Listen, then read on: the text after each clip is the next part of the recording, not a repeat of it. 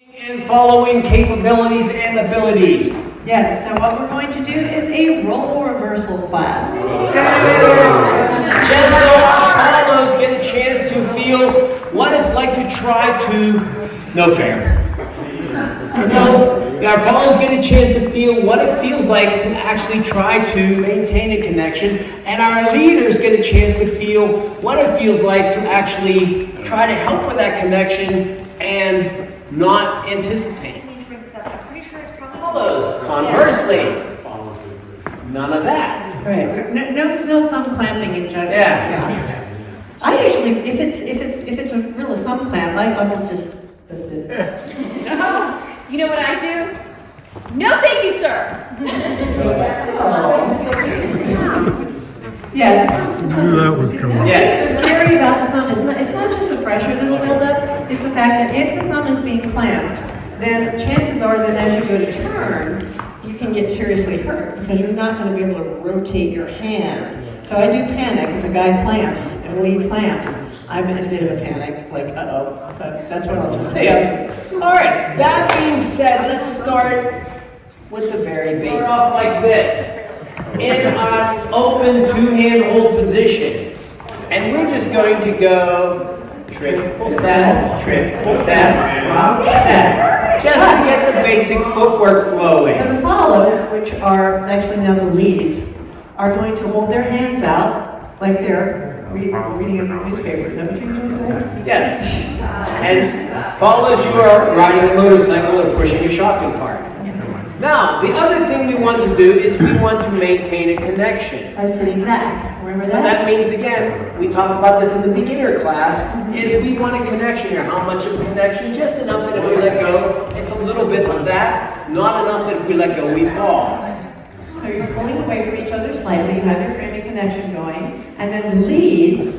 And we are going to put all of the former follows who are now the leads on the outside of the circle facing in, and all the leaders follow those leaders. Whenever I come to dance with a partner, and I'm in a single hand hold again, I want a little bit of a connection here.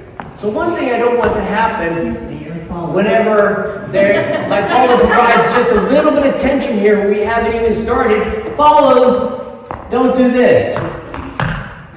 And now my connection is just gone. All right? We should have a little bit of connection. It's not enough that I'm actually pulling my partner forward, but it's enough connection that my partner can feel the second that I move. Or a second that the lead follows can feel the second that the leaders move. All right? Without actually having to see it. Now, one thing and that happens all the time. I'll be dancing with somebody who's a single hand hold, and I go like this, and try to go, and that's what's going to happen. You know, what happens, I think, is because the follows, if they're not all that experienced, especially, feel the pressure is to bring them forward. Right. So that's what they do. Instead of sitting back, they're like, oh, they want me to move forward. Yeah. Leaders, we need to know what pressure our partner needs that we don't overpower them. All right? Follows. You are sitting back and letting your leader know, okay, I feel that. And if they give me a little more pressure suddenly, then that feels like I'm a forward move. So my leader's going to have to start thinking of these things. Where this comes into play is, if my follow is going to lead a forward 1-2, I don't want my follow to have to, no pressure, no connection here, and suddenly my follow steps back and suddenly, because there was nothing here. We want this connection. So the second my follow moves, I am moving. And that's one of the hard things to do. And this happens all the time. We get in a single hand hold, and I'll either see the leader come forward or the follower come forward, there's nothing here. Yes? I have a quick question. It might be silly, since I've never led before. How do you actually lead the rock step? Yes. We're We're going to get there. Cool. Okay. We are going to get. So, first of all, we're going to go back to this position. How do you lead a rock step? Because we've got this little bit of tension going forward. As a leader, I'm doing my triple step, 1, 2. I just give a slight 1. On 1, it's 1. My follow is pushing back the whole time, pulling away. All right, I'm pulling away like this. Triple step, 1, 2. The second I feel my follow switching and starting to push in my hands, I'm going to have my heels here and waiting. So now I'm leading. Yes, you're leading. Trip, step, triple step, rock, step. So my leader's going to actually push me away. I need to be ready to push back. There's not much of a push. No, just enough. See, that's the weird thing about swing dancing. We're like this, pulling away, but then suddenly I'm like that, pushed away. So the directional change is constant and immediate. So we're not always going to be pulling like this. Now, if we have this little bit of tension like this, leaders, triple step, if I just release a little bit, I hardly have to lead that rock step because we already have that going. But you can lead a rock step. Right. And if you want them to rock step, you should lead a rock step because normally a follower in this position will do a step. Yeah. But occasionally there's a need for a rock step, in which case you need to lead the rock step. Yep. And as a leader, I always say the beginner class, the more beginner they follow, the more I lead the rock step. On a Friday night, I'm dancing with people who just came out of the beginner class on Friday night that had never danced before. I'm going to be going like this. Step, step, roller step, step, step, roller step. I bet you're dancing with someone who's just wanted to flip like that. If I'm dancing with an intermediate, I'm going to be like this. Triple step, 1, 2. And I'm not going to lead anything unless I need it. So right now we need to reverse. Right. So right now we're just going to, you can lead your rock steps, new leaders. There you go, new leaders, I like that. All right. Triple step, 1, 2. All right. Everybody remember this exercise. Eyes closed. Feel around it before. Just going wherever. Okay. So you have to close your eyes. His eyes are closed. My eyes don't have to be closed though. Oh, my eyes are always closed. All right. You know what I love about that exercise? It demonstrates how much trust a follower has to give to a leader that you're not going to knock them into somebody. True. Yep. And all the followers have done this where they've closed their eyes. Now, former leaders, it's payback time. How many of you former leaders, when you did this in class, did something like this? Huh? I know a few of you never did that. I never did that. All right? Let's do it, see what it feels like. All right, we are not going to do that, leaders. We want nice, simple leads. Again, we're sitting back here a little bit. So whenever the new leaders move forward or backwards, I'm going with them. Keeping the distance between us even. Through connection and frame. Again, new leaders, whenever you turn, you are not playing tank commander and turning your arms like that. You're not driving a tank, although you may feel like we are tanks and you're trying to push us around. You are going to just keep your arms in place, keep your frame. Again, new follows, don't let your arms collapse. Keep them out. Right there. All Close right? your eyes. A whip, a circle, or whatever, a swing out. Our follows have to have that sudden, we need that sudden change of directions right there, and we need to be ready for that and not letting our arms go flopping around. And follows, new leaders, you can feel, okay, well this is different. I need to try to do this without pushing with my arms, leading with my body.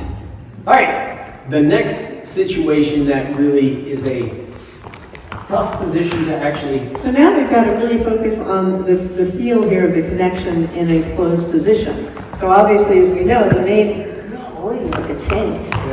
player here is going to be the new lead's right arm, right? And so that's got to be connected firmly on the back and follows. Right hand on the shoulder. Old follows, you know what that feels like when you don't get that firm connection and you don't really know where you're supposed to be going. So sometimes when follows learn to lead and leads learn to follow, it actually improves them because they know what it feels like on the other side. So take that learning experience and use it. So you cup the hand on the shoulder blade and you both sit back. So let's do that. Get your partner. New leaders, your job is to lead. And one of the things we do in our class is we also do this exercise. Oh no, I was just walking around. Oh, just walking around, okay. All right, making sure you can move your follow where you want them to go, just like before. Follows, I'm using this arm connection here to try to maintain, even though I can't tell the exact distance, I have an idea of where the distance is. So So I try to maintain this distance and move with my partner. Excuse me. All right? Gary's All right. at all. I have a hypothetical. Hypothetically. Yeah, I have a friend missing their right arm. How would they swing dance? We have always said that, unless somebody actually is missing their right arm, that's what you. I have gone through both my left arm Yes. and my right arm not being in service during swing dancing. He's had shoulder Fabulous. surgery. Yes. And that was within 1 year. He lost one shoulder, man, that's not good, and then 6 months later did the other one. So I mean, And still taught classes, we still taught classes. Impressive. We did a whole lot of one-on-one 1, moves. 2, 3, 4, 5, 6, 7, 8. It takes great frame. All right, so I mean, it's possible. All right. Yeah, it's When he comes possible. to town, I'm bringing him. It is possible to manage it. It takes a lot more brain power and thinking The how you're framing going to do it. connection, really good framing He connection. literally lost his right arm, so he's capable of switching completely. That was his dominant before he lost it. Yeah. Yeah. And the leader's right arm, like in the side-by-side Charleston, that is the main one we have here. Since I don't have that, I need to make everything with this one. If my partner has good frame, I can bring them beside me. And then once they're there, a visual lead helps. Yeah, you have to do a lot of visual leads, yeah. So yeah, it's going to be a combination of visual and trial and error, and Yeah, totally, yes. It yeah. sounds like fun. All right. So meanwhile, back here, same as before, we are connected. So hand on the shoulder blade. I sit back. We're not using this hand because we don't need this hand leader new followers. Our leader doesn't need this hand either because they have a good connection on my shoulder blade here. And follow new leaders. When you release this hand, don't do this. Remember, that's the poopy dead arm syndrome. Man, you never do that, right? So bring the arm up as if you're holding a drink. New leaders, you need to use this right hand now to keep your partner in position. You can't let your right arm flop around. I need to keep it here. So without footwork, it's easier when you're at it. And just like we do in the beginner class, we're going to put on a basic song. A nice 6-count song, and I want everybody just to do their 6-count footwork. New leaders, you are going to take your partner and get them started. How do you get them started? Remember, when you're starting or changing a pattern or a move, you want to exaggerate it. So I don't want to just start doing it sort of casually. I didn't feel anything there. Exactly. I want to actually triple step. I want to take them with me as I'm leading it. You don't want to just sit there and start dancing, right? You've got to exaggerate it. Once you get them going, they should maintain that pattern until you change it. In which case, then you would want to do something different. Although we're not going to do that yet. Oh, okay. No. What we're going to do is starts and stops. Oh, triple. All right.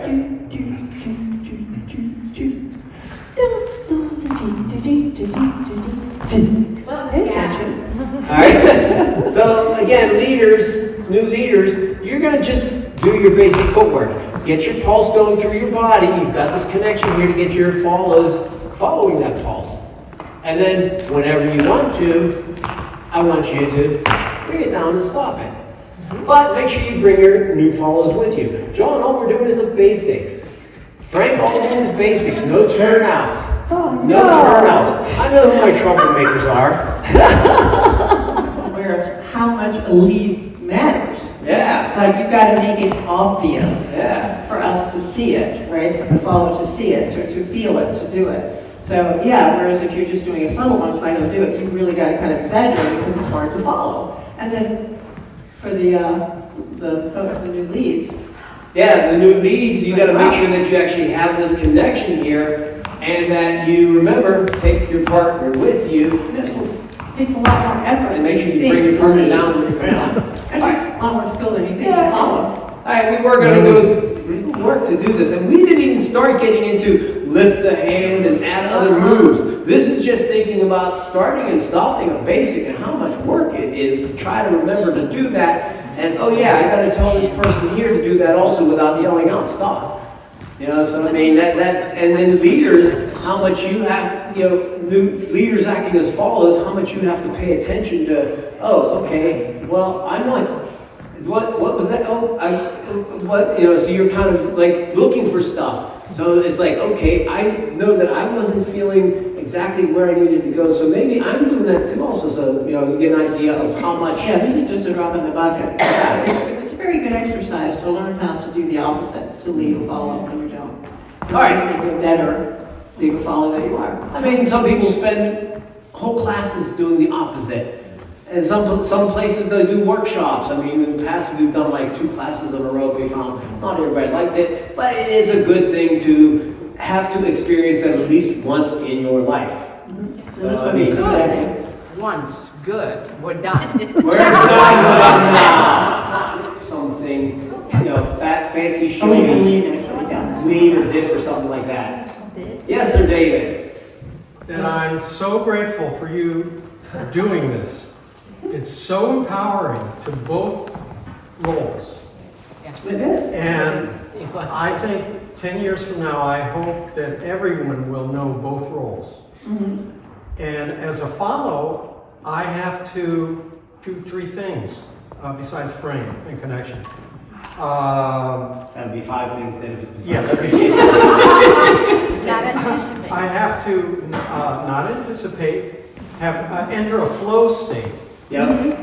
No expectations, and pay exquisite attention, moment to moment, every moment of what my leader is leading, is communicating to me, and where my body is being directed to go. Moment to moment, you can't space out and go on automatic, at least not at the beginning. Right, not at the beginning. Eventually, when you start connecting with leaders more, and follows connect with leaders, and the leaders connect with follows, then you know the connection and you can start to space out. And when you're comfortable doing it, then the follows can start doing more styling, doing more hijacking, doing other variations to It's actually moves, kind of fun to and dance know with when they somebody fit. who does both roles, Yeah. right? Because you can split back and forth. Thank you. And people do it all the time, but you don't even notice it from the sidelines. If they happen to be dancing with someone, because I do that all the time with I did that. follows that I lead. did that. And you on don't, Saturday. yeah. We And were you switching start back. flipping back and forth between the leads and the follows. You're stealing it from each other. So visually, you might not notice it if you're not watching closely. It's kind of fun. I think I can do it way better than you.